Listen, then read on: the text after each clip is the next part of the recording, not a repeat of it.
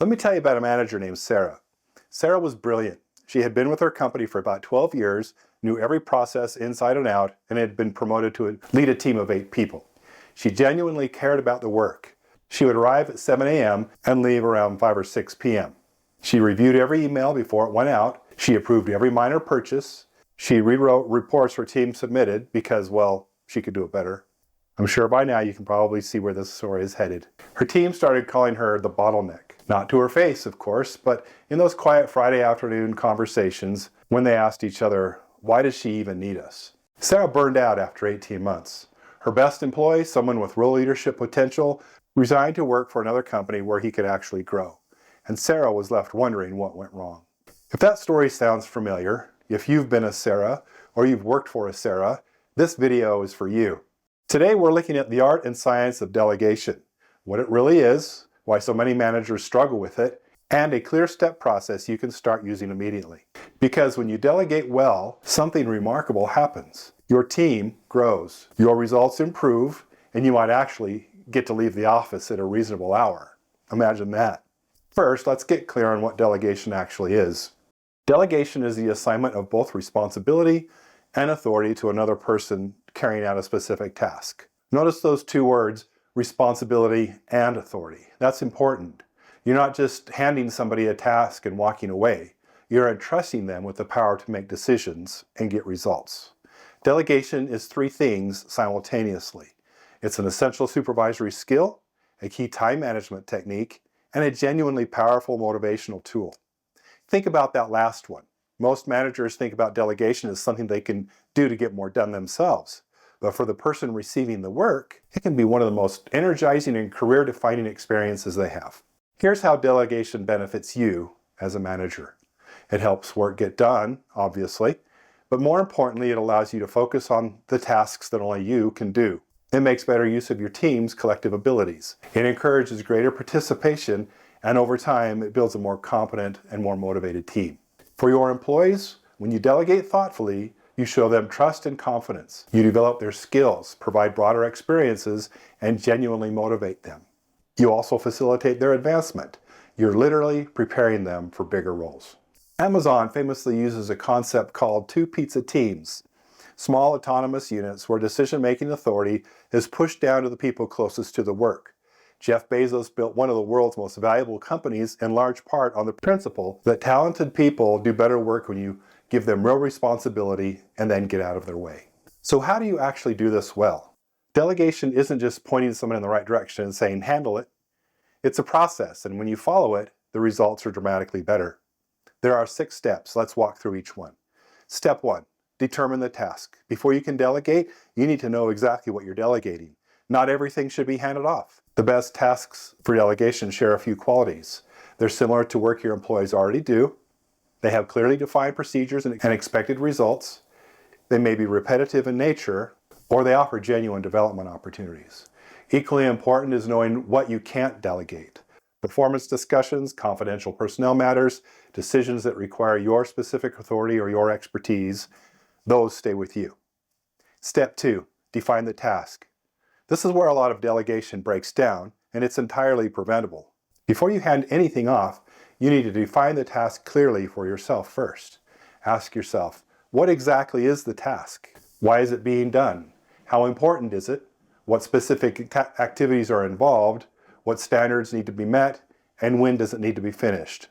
Oh, and what resources are available? Think of this as your internal homework before you call that employee into your office. You can't give clear direction if you don't have a clear map. Microsoft's engineering teams use a concept called definition of done before any project is handed off internally. The expected output is written down explicitly, what success looks like, what quality bar must be met, and how competition is measured. That kind of clarity builds confidence on both sides. Step 3, select the right person.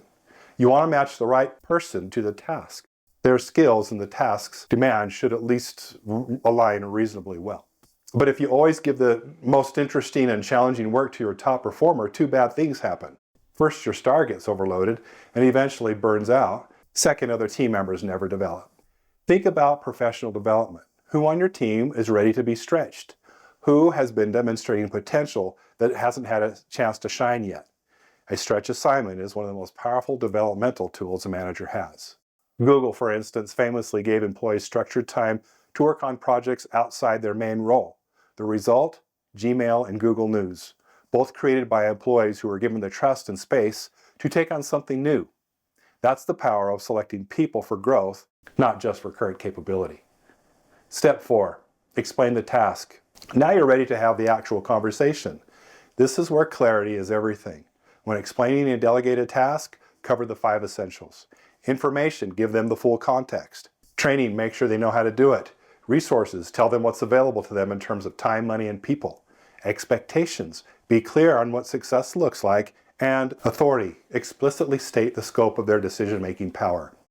And then add the deadline, how they'll know when the job is done, and a chance for them to ask questions. After that, ask them to summarize back to you what they heard. That one habit alone will cut miscommunication dramatically. Step 5. Monitor progress and provide the support. And here, right here, is where a lot of well-intended managers fall apart. Because there are 2 failure modes and they are opposites. Failure mode 1, you hand off the task and completely disappear. No check-ins, no availability, no support. The employee feels abandoned and eventually either fails or comes back to you with a mess. Failure mode 2, you hover. You check in every hour. You second guess every decision. You effectively take the work back in everything but name. Sound familiar? That's called micromanagement, and it communicates a loud and clear message. I don't actually trust you. The right approach is to schedule light touch points in advance. A brief check-in at the midpoint or a weekly progress note, and then loosen the reins as the person demonstrates competence. And this is critical. Delegate the right to do things differently. Your employees may not approach the task the same way you would. That's okay. Results matter more than methods.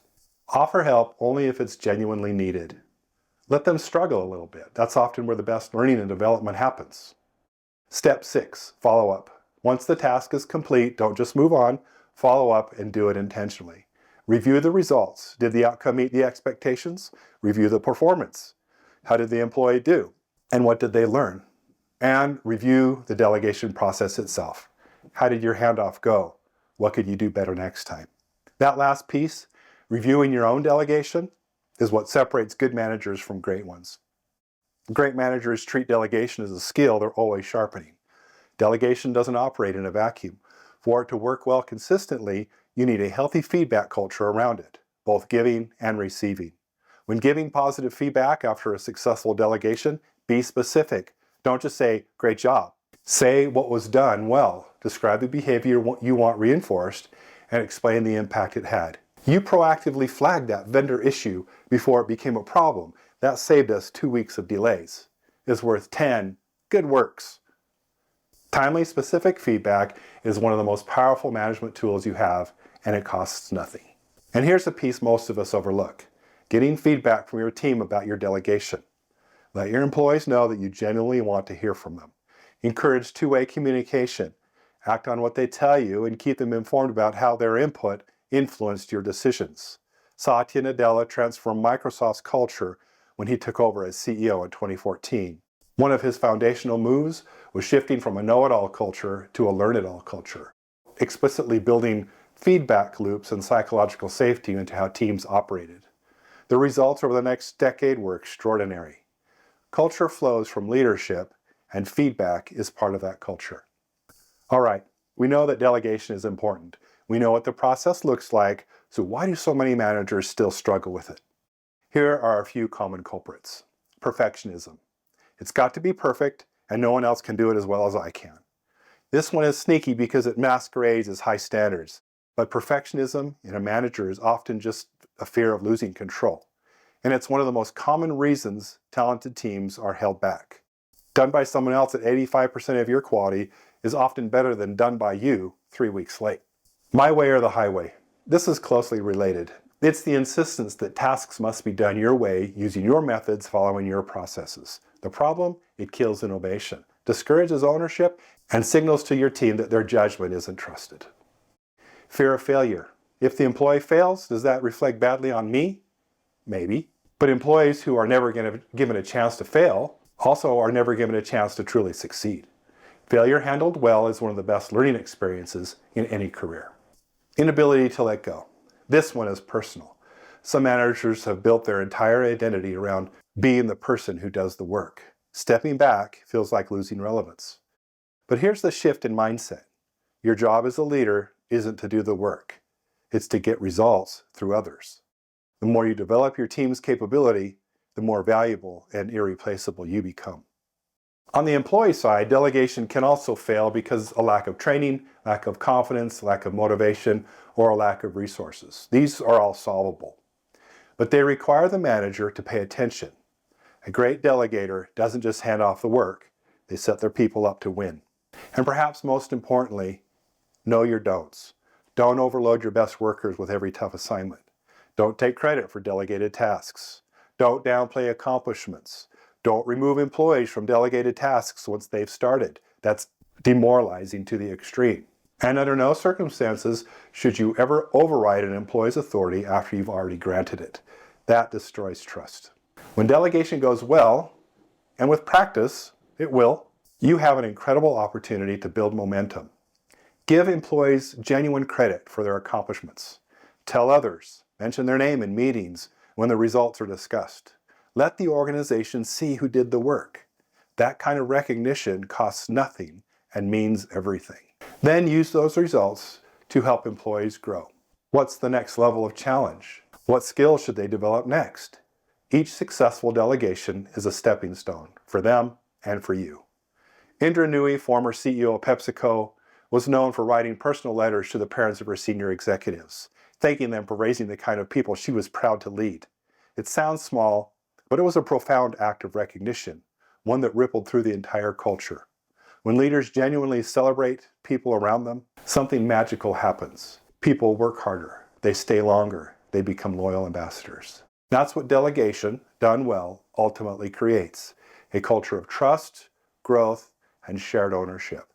A team where everyone feels like they matter because they actually do. Delegation is one of the most powerful skills a leader can develop, and one of the most consistently underdeveloped. When you delegate well, you become more efficient and more productive. You free yourself to focus on the high-value work that only you can do while building the team that grows stronger every week. Your employees gain skills, knowledge, and confidence. They feel seen and trusted. They become motivated not just to do their jobs, but to excel at them, because they know their growth matters to you. Remember Sarah from the beginning of this video? Here's the good news. Sarah's story didn't have to end there, because the skills we've talked about today, they're learnable. Delegation isn't a personality trait, it's a practice. You get better at it by doing it, reflecting on it, and doing it again. So here's your challenge. This week, identify one task you've been holding on to too tightly. Something that someone on your team can handle with the right support. Walk through the 6 steps, have the conversation, and let go. You might be surprised at what happens. The best leaders aren't the ones who do most of the work, they're the ones who build the best teams. If this video gave you something useful, please hit subscribe. We publish new leadership and management content every 10 days. And if you're wrestling with a specific delegation challenge on your team, drop it in the comments below. I'd love to hear about it. John Paul here. If you like this video, check out the HR Insight YouTube channel where we have more videos just like this. Make sure to click subscribe so you get notifications.